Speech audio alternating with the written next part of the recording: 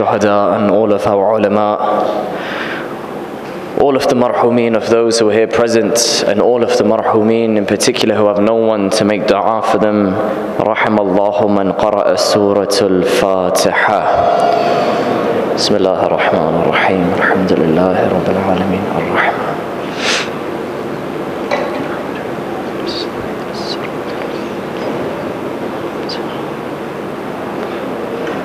Allahumma salli ala Muhammad.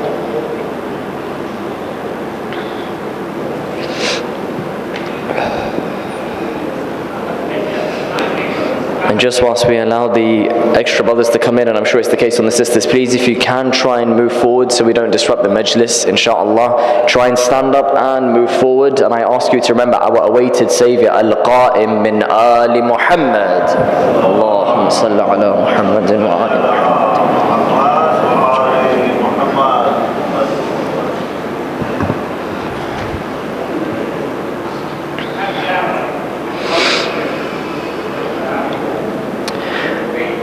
Jazakumullah. And I recognize that we didn't send the topic title for today, forgive me. Just so you know, the topic of tonight is, why do I have to die? أعوذ بالله السميع العليم من الشيطان اللعين الرجيم. بسم الله الرحمن الرحيم. الحمد لله رب العالمين، والصلاة والسلام على أشرف الأنبياء والمرسلين، خاتم النبيين سيدنا ونبينا وحبيب قلوبنا وطبيب نفوسنا وشفيع ذنوبنا، أبي القاسم المصطفى محمد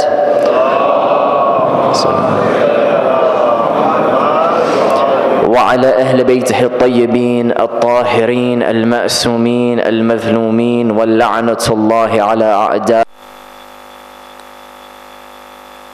وصلى الله عليك يا سيدي ويا مولاي يا لثارات الحسين، يا حجة الله، يا ابن الحسن، يا صاحب العصر والزمان. اللهم صل على محمد.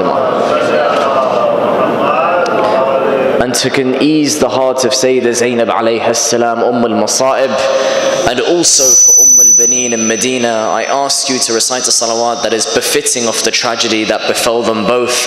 Aflaha man salla ala Muhammadin wa ali Muhammad.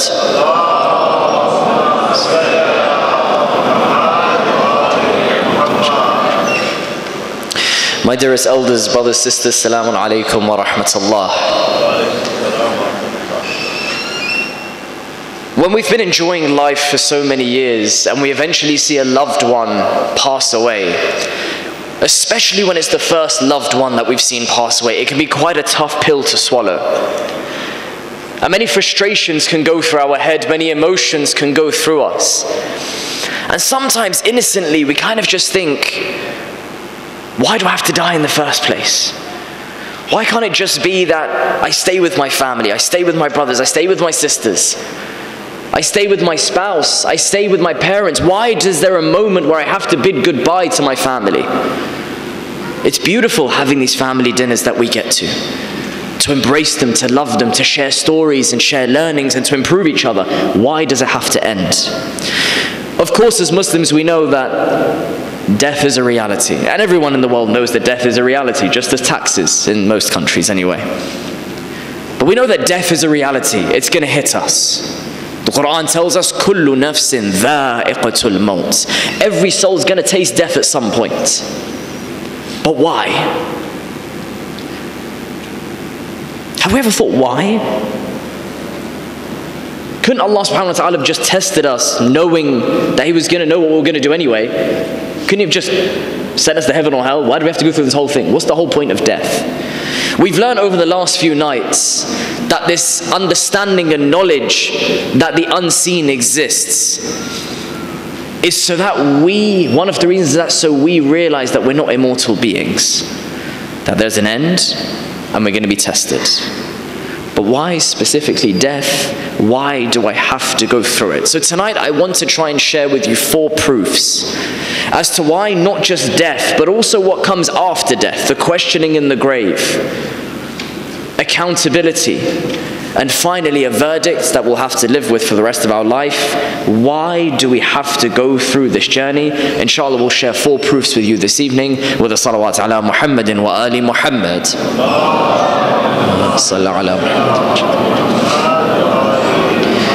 Any logical person would agree that when you look at any 2 humans, one human may have done more good than the other. One can do bad, one can do good. And a good person and an evil person are not alike. They're 2 very different individuals. And therefore, if you were to treat these 2 individuals in the same way, for example, a murderer and a prophet, it kind of wouldn't add up rationally. It would be nonsensical. We see that the doers of good and the doers of evil do not necessarily get their appropriate recompense, reward or punishment in this life. Therefore, justice and wisdom necessitates that there must be a moment in an individual's existence where they must have to face the fire or enjoy the fruits. If not, then this world would be unjust. But we say that Allah subhanahu wa ta'ala is adil. He is just. So Allah subhanahu wa ta'ala makes it very clear for us in the Quran, Surah 45 verse 22. For Allah created the heavens and the earth for a purpose, so that every soul may be paid back for what it has committed, and none will be wronged. It makes it very clear, whether you've done good or bad, there's going to be a point, and I'm going to have to hold you to account for it. And given that some don't get their recompense in this world, it must happen somewhere. It can't just not happen.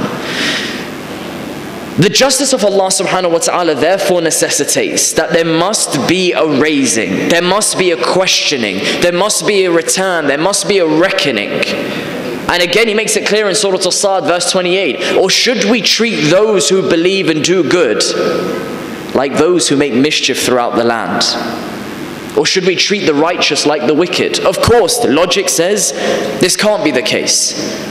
And in Surah number 99 verses 6 to 8, the famous verses, on that day men shall come forth in their bodies, that they may be shown their works. So he who has done an atom's weight of good shall see it, and he who has done an atom's weight of evil shall see it. So the first thing that we see is that, okay, logically, good and bad individuals need to be held to account at some point. It's not fair that it just ends and he gets away with it and I get nothing if I've been the good person in this scenario. The second very clear and obvious logical proof that we present is that if our human existence has been created with all wisdom, which we agree, Allah is all wise, so He's not created us for no reason, we must eventually achieve our goal at some point. So what is our goal?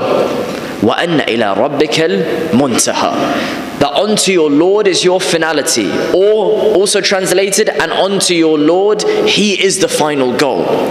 So there needs to be a point where I have this liqa with Allah, this meeting with Allah, this discussion, if you like, with Allah subhanahu wa ta'ala. We'll never be content as a soul until we reach our goal, until we reach our perfection. We'll constantly be yearning for it, which is why in life we're constantly trying to find more love. Because we're looking for that special love from Allah subhanahu wa ta'ala. So there must be a point where my soul can go and have this perfection realized, where I eventually have this meeting with the all-perfect, supremely perfect being that is Allah subhanahu wa ta'ala. And Allah makes it clear again in the Quran. He says, أَفَحَسِبْتُمْ أَنَّمَا خَلَقْنَاكُمْ عَبَثًا وَأَنَّكُمْ إِلَيْنَا لَا تُرْجَعُونَ. Did you think that we had created you without purpose? And that you would never be returned to us? We sit here panicked about death. But in reality, we were created with a purpose, and at some point we need to go and see through with that purpose. And that purpose and that finality is to meet Allah subhanahu wa ta'ala. The third proof that we then have is slightly similar to the first one, but a bit different. We said the first one is a good person and a bad person can't be treated the same. The third proof is slightly different. It says this, that every single unjust individual, every single oppressor, every single murderer must not get away with it. We've all seen it in our lifetime. Specific individuals at a global level or at a local level have raised oppression throughout the lands. They benefit from the worldly desires as a result. They die, and everyone goes, this isn't fair. Where is the justice of Allah subhanahu wa ta'ala? Either Allah's justice is not sufficient, can't be the case, or Allah's justice must take place somewhere else. Every single oppressor, without doubt, will face their punishment from Allah subhanahu wa ta'ala. And again, Allah makes it clear in the Quran, 14:42, and never think that Allah is unaware of what the wrongdoers do. He only delays them for their account for a day when eyes will stare in horror. It's gonna come. It's gonna catch up with them. The oppressor must be held to account. And there's one specific oppressor that I would like to share a glimpse of the chastisement that he's going through. And this is the one who had the audacity to murder Amir al-Mu'mineen Ali ibn Abi Talib salawatullahi wa salamuhu alayhi.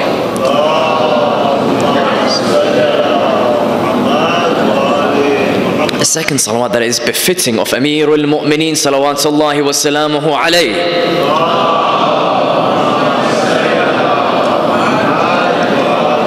My dear brothers and sisters, our souls love when we call out to Allah and send blessings on Muhammad and Ali Muhammad. When you hear that voice come together as one, testifying to wilayah, asking Allah to send blessings, abundant blessings on Muhammad and Ali Muhammad, it fills you with something different. Especially in a hall like this where it echoes so beautifully, it will have an impact on our soul في الدنيا والآخرة inshallah. So I ask you, إنما يريد الله ليذهب عنكم الرجس أهل البيت ويطهركم تطهيرا. صلى على محمد. May Allah bless you all inshallah. Ibn Raqqa narrates that I was near Masjid al-Haram in Mecca when I noticed that a group of people had gathered near Maqam of Ibrahim alayhi salam. May Allah grant us the Hajj and the Umrah in our lifetime inshallah. So he inquired, what's going on here? Why is everyone hanging around? And he was told, there's a Christian monk who's just accepted Islam. So he managed to get through his way to the crowd, and he witnessed a tall old man dressed in woolen clothes, wearing a woolen cap, seated opposite Maqam Ibrahim, and he was delivering a speech. He heard this man, the Christian priest who had just converted, say, one day I was seated in the monastery and I was looking out of it, when as a result of a mystical intuition, I suddenly witnessed a gigantic bird resembling a hunting hawk descend upon a slab of stone near the sea and vomit out something. I observed that 1/4 of a human body had come out of its mouth. The bird then flew off and disappeared and flew out of sight. A little later it returned and vomited out something, and it once again flew out of sight. I saw that once again 1/4 of a human body had come out of its mouth, and it returned for the 3rd time and threw out another 1/4 of a human body, and yet again for the 4th time, till an entire human figure was formed. After some time it returned, and striking its beak it took away 1/4 of the body, and it repeated this act 3 more times until it had taken away the person that it had regurgitated completely. I was stunned. I was shocked and exclaimed, "Oh Allah, who is this person that is being endured with such a chastisement?" I was greatly upset with myself as to why I did not even go and question him, but it was not long before the hunting bird returned and vomited out 1/4 of the human body and repeated the process 3 more times until the whole body was formed again. I hastened towards the person and inquired, "Who are you and what have you done?" He replied that I am Ibn Muljim, and I am the person who killed Ali ibn Abi Talib. And Allah has commanded this bird to kill, eat and chastise me in this manner every single day. I asked him, "Who is Ali ibn Abi Talib?" And he replied, "The cousin of the Prophet of Islam." Thus it was this specific strange incident that prompted me to become a Muslim. Now you're probably thinking, this is a pretty crazy story. Is this guy legit? Yes, Bihar al-Anwar, volume 42, page 307. And also in Alam al-Barzakh, page 178. From 2 different sources we find this. The chastisement of the oppressor. The oppressor will never get away with it. our goodness will be rewarded, but the oppressor will also be held to account. So yes, I have to die. I have to die to go and meet this perfection, whatever it looks like for me. The final proof is this, that heaven and hell is necessary given all the guidance that we have. What do we mean? We mean that the wisdom of Allah subhanahu wa ta'ala has facilitated a means for humans to accomplish the objective of their existence and the aim of their creation. The means is what? Necessitating things that help them and forbidding things that will cause them harm. In order for us to reach our perfection, we need to be told, stick to this, refrain from this. If we were told, stick to this, and there was no description as the value of what that will create for us one day, and don't do this, and there was no illustration of the impact if we do this, we wouldn't do anything. As humans, even when we put a sign on the door saying switch off your phone and put it on silent, we don't even do anything, even with a warning. If your phone goes off, 100 quid, yeah, maybe, then I'll think about it. Allah subhanahu wa ta'ala in the Quran and within the hadith from the Ahlul Bayt alayhim as-salam makes it clear, you do certain acts, you'll find heaven. You do certain acts, you'll eat fruit with your spouse. You do certain acts and you'll get this. You do certain acts and you'll face a very severe chastisement. Both require a level of punishment and reward. Heaven and hell, fear and hope. Otherwise, all of these glad tidings that Allah subhanahu wa ta'ala had given would just be false. And Allah subhanahu wa ta'ala is beyond lying. Do we think that when He says in the Quran that you will eventually eat fruits in heaven and that the rivers will run below you of different types, that He was lying? Of course not. Therefore, we must face death so that we can go and experience this truth that Allah has for us. And Allah makes it clear in the Quran, إِنَّ عَذَابَ رَبِّكَ لَوَاقِعٌ, that indeed your Lord's punishment will surely befall. And the Holy Prophet is reported to say, Allah shall not chastise the heart that contains the Quran. And we'll come on to speak about the importance of the Quran in the coming nights. 4 very distinct, simple, intellectual and logical proofs. And there's many, many, many more if you go and study your belief system, your aqa'id. So do I have to die? Yes. Because we have to go through a journey to have the meeting with Allah subhanahu wa ta'ala. So what does the opposition have to say? We've got all of these nice, maybe funky, I don't know, depends what your opinion is, weird, wonderful, very correct opinions on why we have to die. What does the opposition have to say? Their rebuttals don't have any textual proofs because they don't have a book to rely on. They have no one that has been to the next world and returned. So they're only speaking on it on behalf of what their interpretation is, limited to the 5 senses, which we discussed the other day, can only take you so far. They rely on it's unlikely that such a thing can happen. And what's their usual proof? They're like, look, when a body decomposes, how can it come back together and come back to life? Like, come on, this is outrageous. And for some of us, this is a more than sufficient argument to make us go, yeah, you know what, I doubt the resurrection all of a sudden. How is it that a body can decompose and suddenly be brought back together? Allah subhanahu wa ta'ala has an answer for us in 36:81. Can the one who created the heavens and the earth not easily resurrect these deniers? Yes. He can, for He is the master creator and the all-knowing. If Allah subhanahu wa ta'ala can create you from absolutely nothing. Remember, before even the drop of semen exists, there's nothing. Before even clay exists, there's nothing. Before your parents exist, there's nothing. If Allah can create you from nothing, logically you could argue it's easier to recreate you from something. So what does the opposition have to say? Not much. But our community is still fluctuating. And I wanted to emphasize one point this evening, that I know some of you will have studied these points about our belief system, and you may feel the last 4 or 5 nights, these are things that you've covered. From my humble observation, from those who I've been interacting with, from the questions that I've received, I can see within myself and others that there is a gap in our aqaid and our belief system. So whilst it may be repetitive to some, please, at least for the next generation, let's invest in their belief system.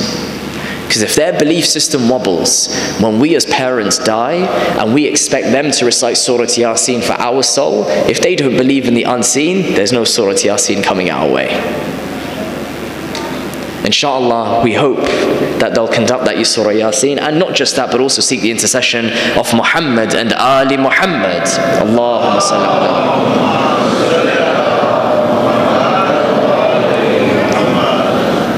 I think if the sisters can try and stand up and move as far forward as you can, and equally the brothers if you're able to as well. Aflaha man salla ala Muhammadin wa ali Muhammad. Allahumma salli ala Muhammadin wa ali Muhammad. Please try and make an effort so we can avoid the disruption, inshallah.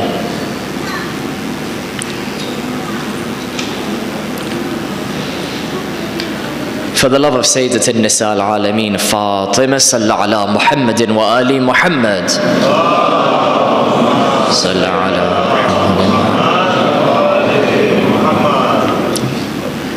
In any discomfort that you experience during the majlis of Imam Hussein alayhi salam, you will be rewarded. Take no doubt in it. Only if you believe in the ghaib, which is why we spent so long on it. It's clear. Al-mawtu haqq. Death is a reality. We've touched it, we've seen it. The impact of it anyway. But sometimes we can start to think that we're immune. It's not going to hit us. There's moments before we go to sleep and we're like, yeah, I'm definitely going to get up the next day. But you kind of have that thought in your head, is it really going to happen? Would I really put my money on it? Would I really put my soul on it? It's so easy for death to creep up on us. And there is a beautiful, eloquent, concise and poetic hadith from Amir al-Mu'mineen Ali ibn Abi Talib salawatullahi wa salamu alayhi. Allahumma salli. And I don't mean to scare you. Maybe the Amir did, I don't know. But I just want you to reflect on this one as a family tonight. He says, he's reported to say, death is the brother of sleep. Death is the brother of sleep. You will surely die like you go to sleep, and you will certainly be raised like you wake up.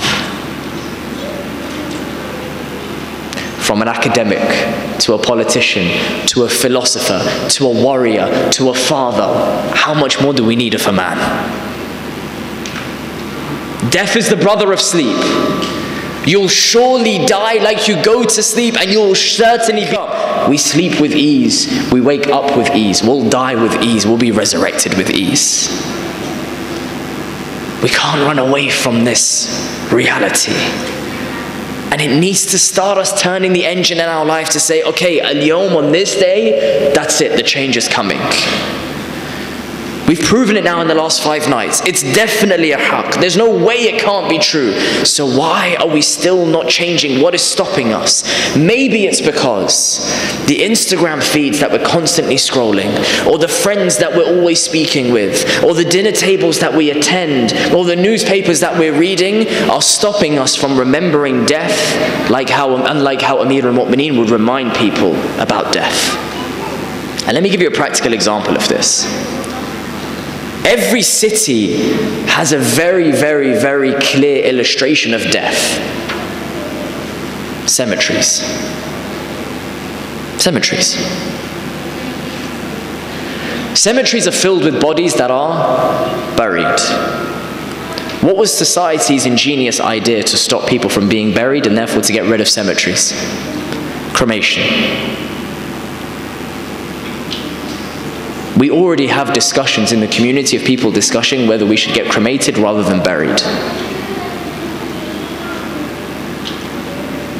When you get rid of a graveyard and you just burn a body, the evidence of death, it's one less thing to worry about. According to the National Funerals Directors Association in America, the amount of cremated individuals is now lying at 59.3% and burial 35.7%.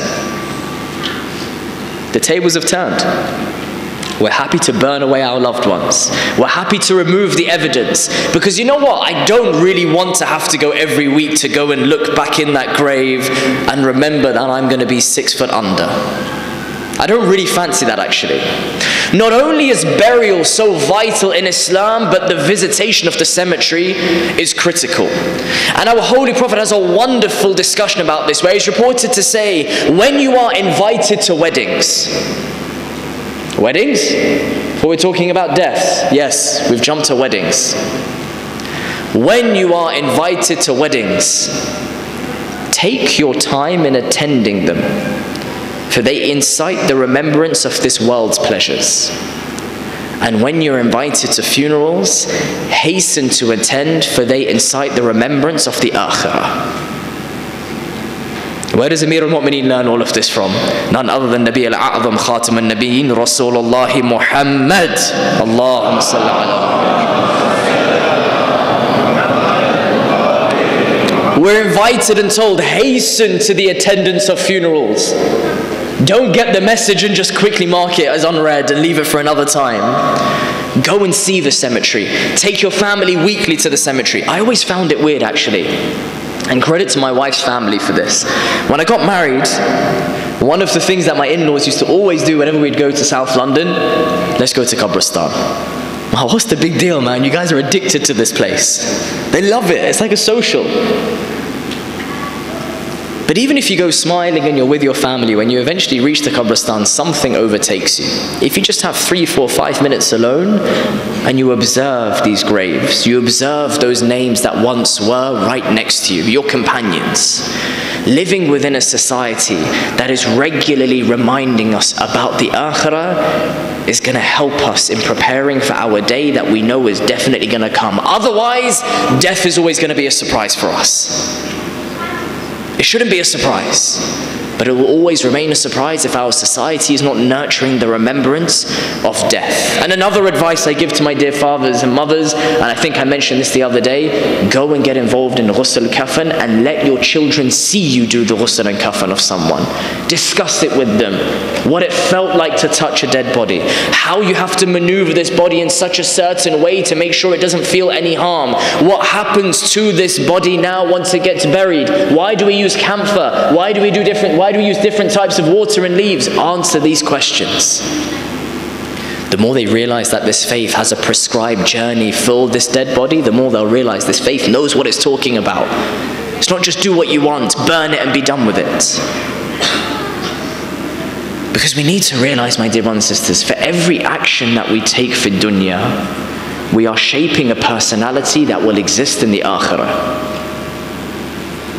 You're shaping your shakila, you're shaping your personality. For every lie, that will manifest in a way in your next body. Both are synchronized with each other. It's like carbon paper. Carbon paper, you have 4 layers, right? You write on the first one and it goes through. Your action in this life goes through and it has a representation in akhirah. Therefore, when we talk of death, and this decoupling of the body from the soul, what is actually happening is that this soul leaves the physical body that we've become so akin to experience. This body that Allah gave me that interacts with the physical realm, my soul now transfers to a new body that is stronger, but is non-material and is imaginal. It's a soul that enters a body that's for the next life, that can experience and metaphorically touch and taste the next life. This body's not fit for purpose anymore. This body that your mother used to kiss is rotting. But the soul is the thing that transfers. And will that moment of death be sweet or bitter or ugly for me? It depends on the way that you've lived. We're told that everyone will die in the same manner as he lived. You'll die in the same manner as you lived. So the question comes, how do I know if and when I've done well in this life? How do I know? There's a very specific moment where every single individual will have a really horrible or beautiful wake-up call. And that is when the angel of death first approaches you. This will be your first experience of that new realm. Depending on how the angel of death sees you, will give you an indication. Is the angel of death approaching a beautiful, pure soul, or one that is corrupt, that it just doesn't want to spend any time with? Does he approach me with love, like how he approached the Prophet and knocks on the door and waits for a reply? Or is it just like, this is a soul that never ever believed in the first place? Imam Sadiq salawatullahi wa salamuhu alayhi, Allahumma salli ala. He's reported to say that one day when Ibrahim alayhi salam returned home, he saw an individual whose beauty and countenance was like that which he'd never encountered before. Nabi Ibrahim asked, so who are you? He replies, I'm the angel of death. Beautiful? Angel of death? Nabi Ibrahim says, Subhanallah, how can someone who sees you dislike you when you're so beautiful? The angel replied, O friend of the All-Merciful, Ya Khalil Allah, when Allah desires goodness for an individual, He sends me in this form. But when He desires to punish him, He sends me in a very different form.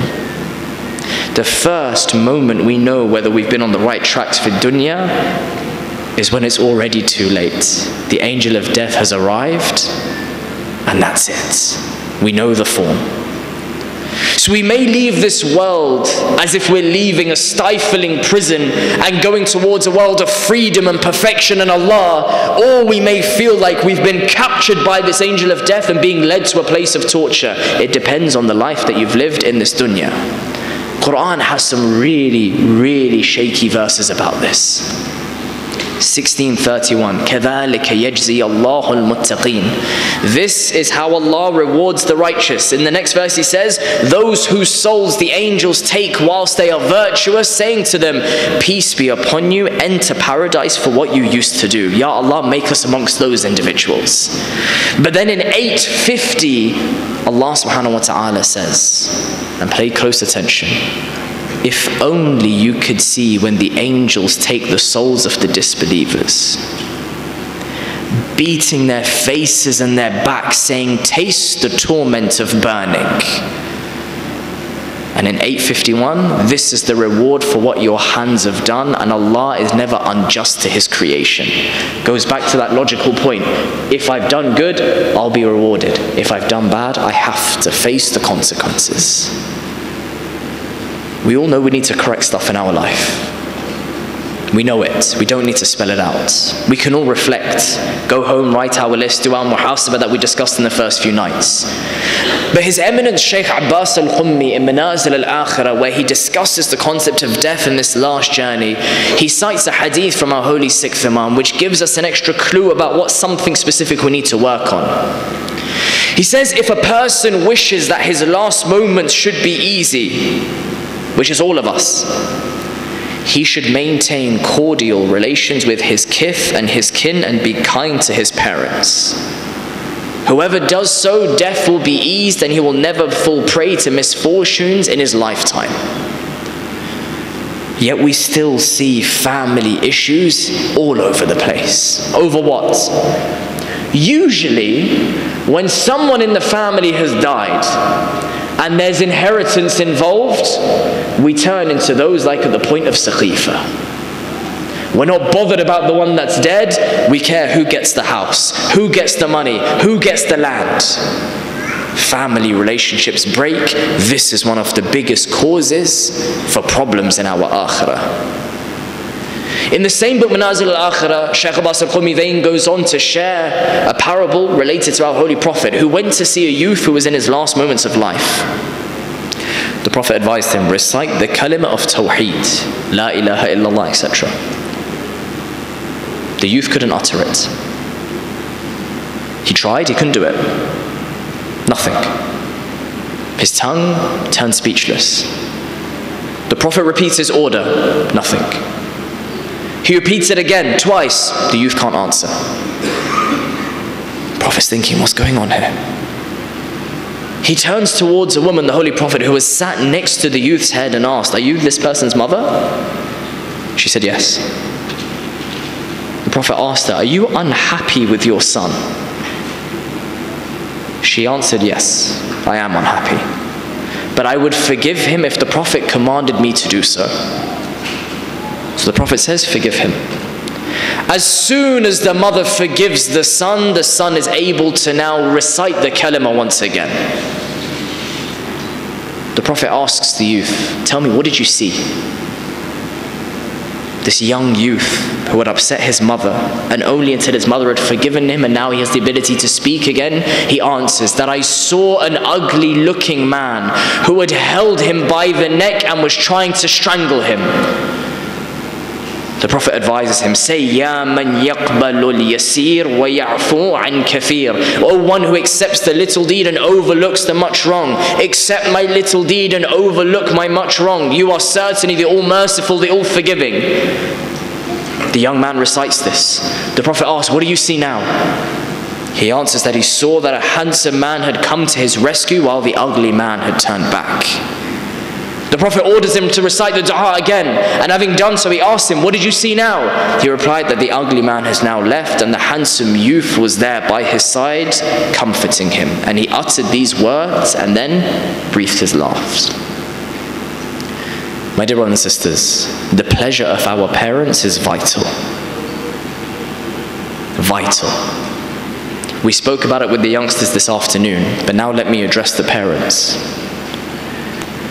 Whatever issue your son or child has caused you, forgive.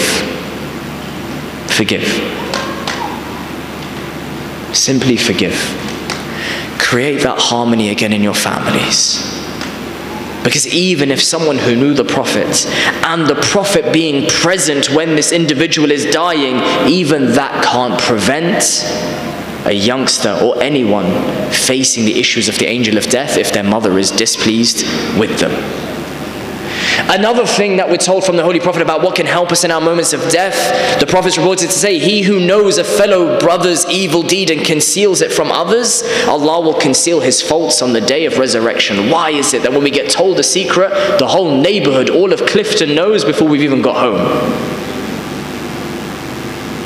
Why do we struggle to keep our tongues tied? Imam Sadiq reported to say, when Allah will raise the believer out of his grave, another presence will also come out with him and walk ahead of him. And whenever the believer will come across one of the terrors on the day of the resurrection, the presence will console him, saying, do not worry or be saddened. What is this? The believer will ask, well, who are you? At which he will reply, I am the happiness that you used to bring upon your fellow believer.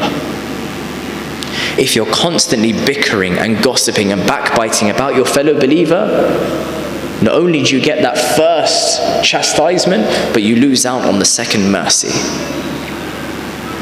Imam al-Kadhim reported to say, Allah will not retain anyone in the fire except the people of disbelief, denial, error and polytheism. And whoever shuns the grave sins from among the believers will not be asked about the minor ones. My dear brothers and sisters, committing sins has an impact. Refrain. Don't be scared to advise one another about sins that you may see. Don't be defensive if someone comes to try and tell you. So many hadith we can mention about death, but I'll suffice with one last one. And this comes from our Holy Prophet Muhammad sallallahu alayhi wa sallam.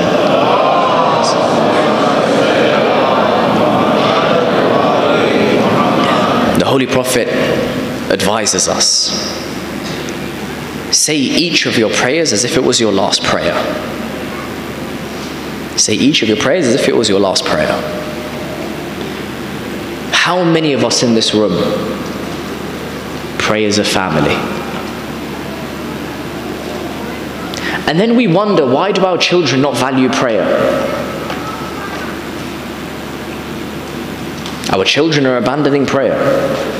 We as adults are abandoning prayer. We as adults have abandoned prayer. And then we wonder, why is my child not praying?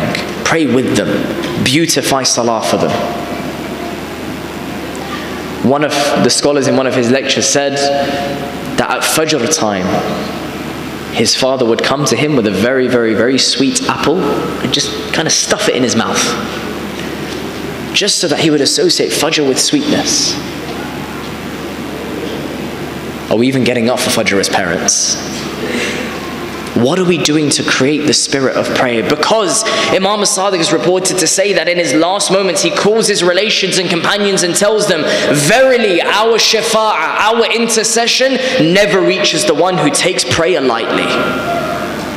It's all well and good that we can cry for Imam Hussein alayhi salam, that we can shed tears and pray that these tears will be a source of intercession. Imam Sadiq is saying, if you took prayers lightly, our intercession will not come to you.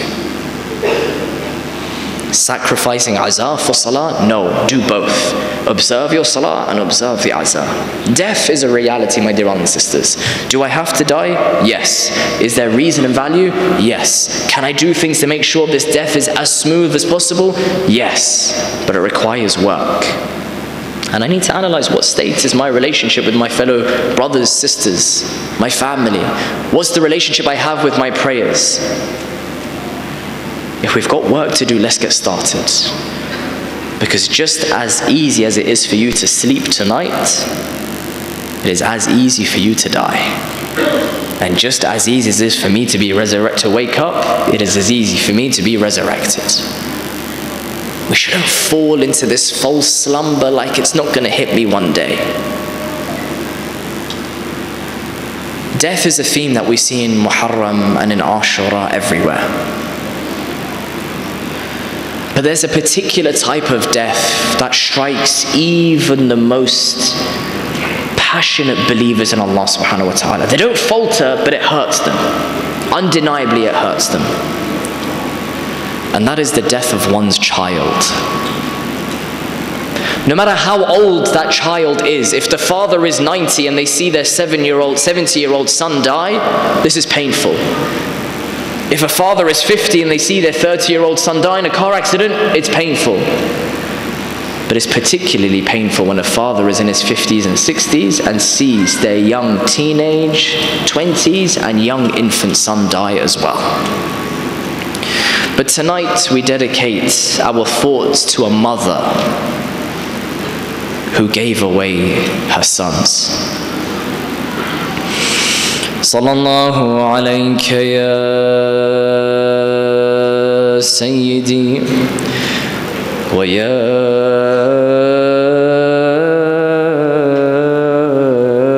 Mawlaya ya Aba Abdillah. Assalamu alayki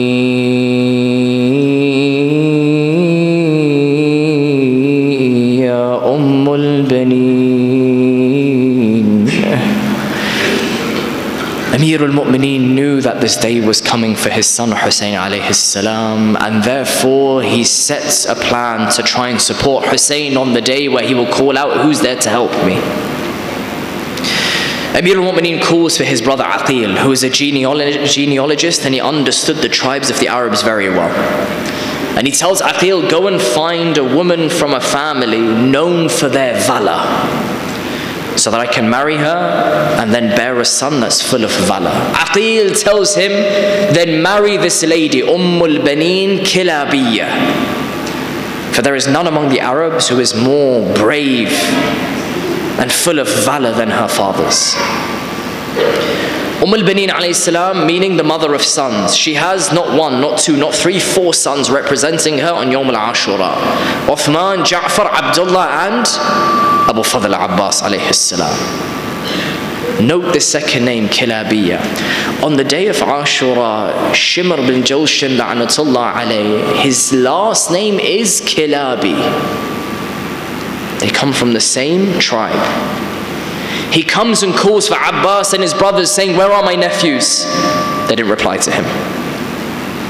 Imam Hussein alayhi salam tells his brothers, answer him, although he's a horrible person, for he is among your uncles of the same tribe. The 4 brothers come out and they ask him, what do you desire? Shimr says, come to me, for you're all under protection. Do not kill yourselves along with your brother. And of course, hearing them, they completely denounce Shimr. And in harsh words, they say, may you be ugly, and may that be ugly too, what you have brought. Should we desert our master in chief and enter in your security?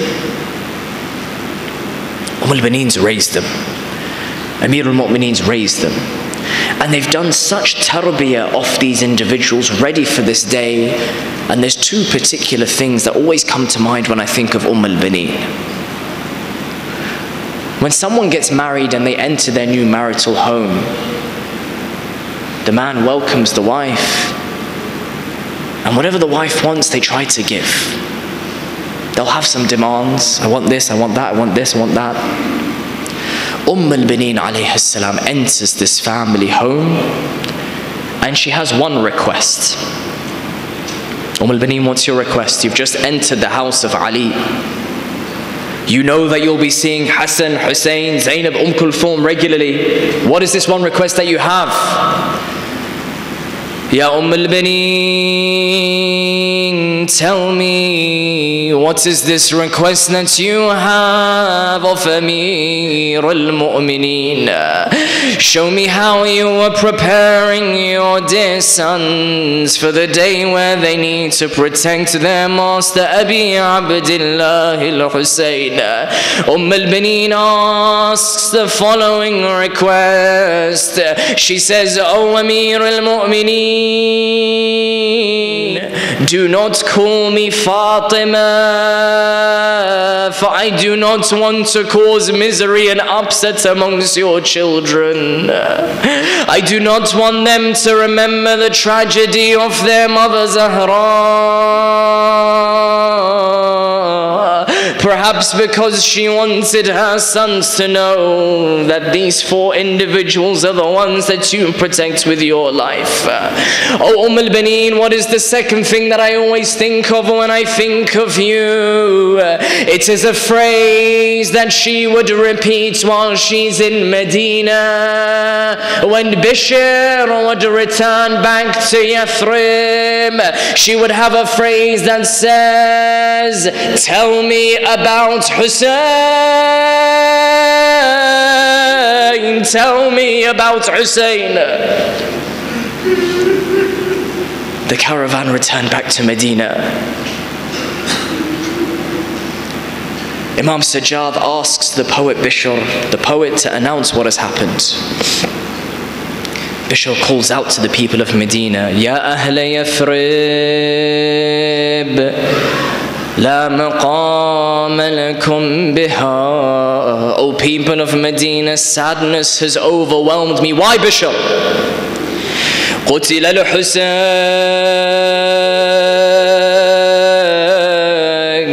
فدمعي مدرارا. For the son of Ali has been murdered in Karbala. But that's not the end, Bishr. Tell us more. وَرَأْسُ مِنْ عَلَى الْقَنَاةِ يَدَارُ. His body lies unburied and they bore his head away. Mourn with me, O people of the city of Yathrib. Baneen comes out. She speaks with Bishr. Bishr, please tell me that this news is not true. What has happened? Bishr informs Baneen as to what has happened. But she pleads, tell me about Hussein. Oh Bishr, tell me about Hussein. Bishr says, Baneen, أعظم الله لك الأجر بولدك الجعفر. Oh Baneen, I give my condolences to you on the death of your son Ja'far. Bishr, tell me about Hussein.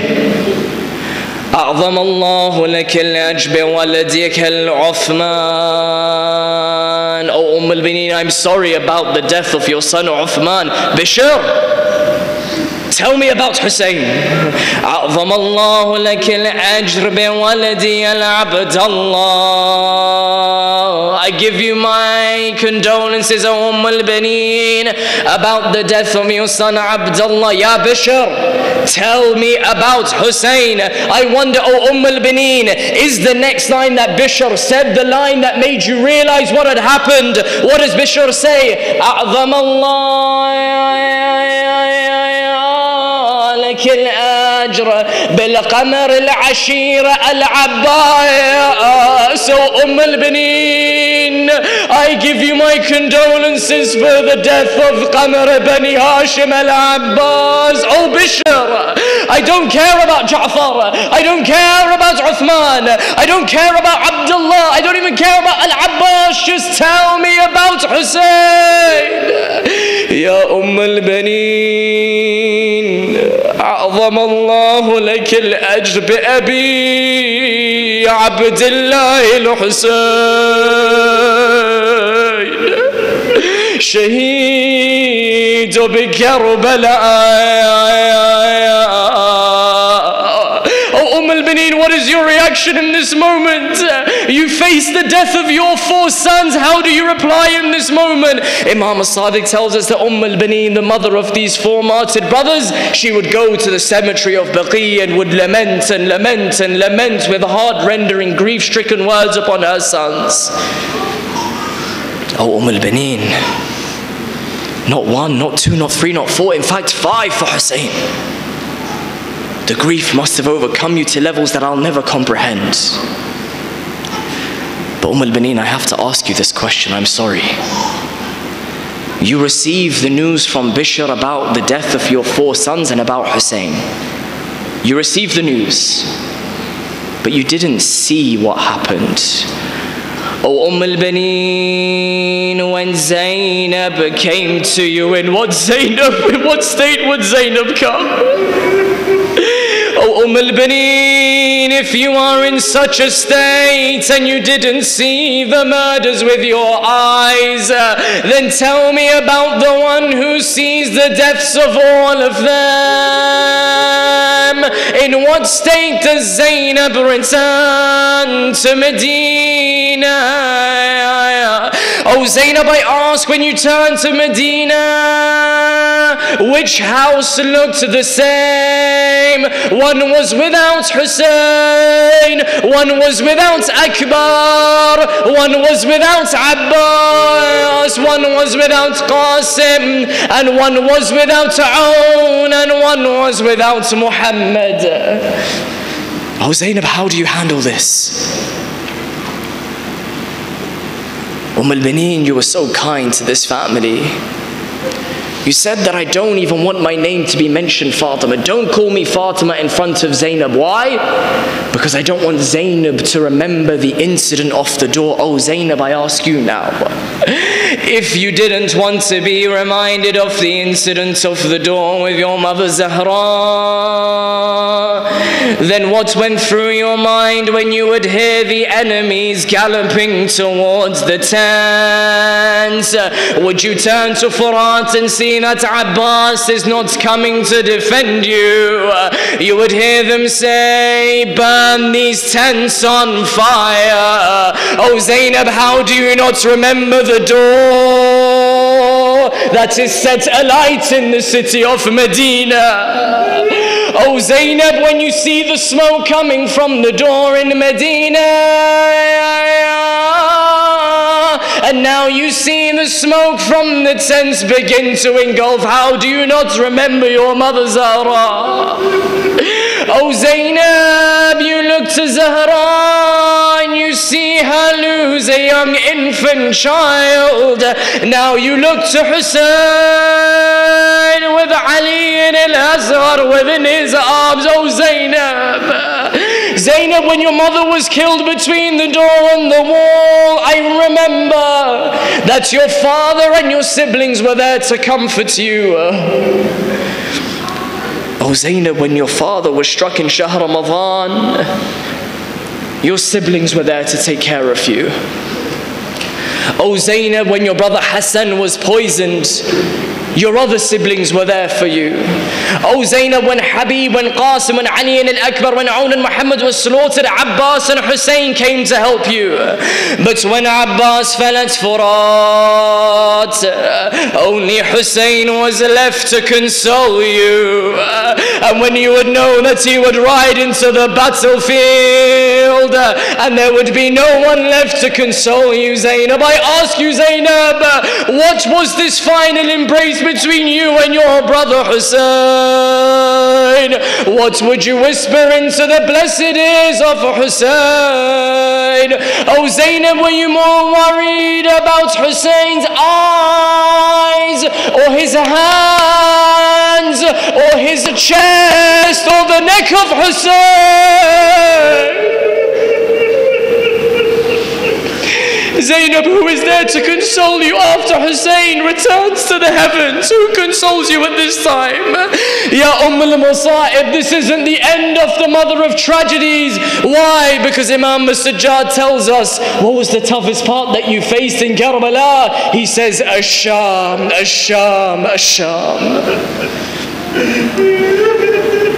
ألا لعنة الله على القوم الكافرين والظالمين وسيعلم الذين ظلموا أي منقلب ينقلبون والعاقبة للمتقين إنا لله وإنا إليه راجعون.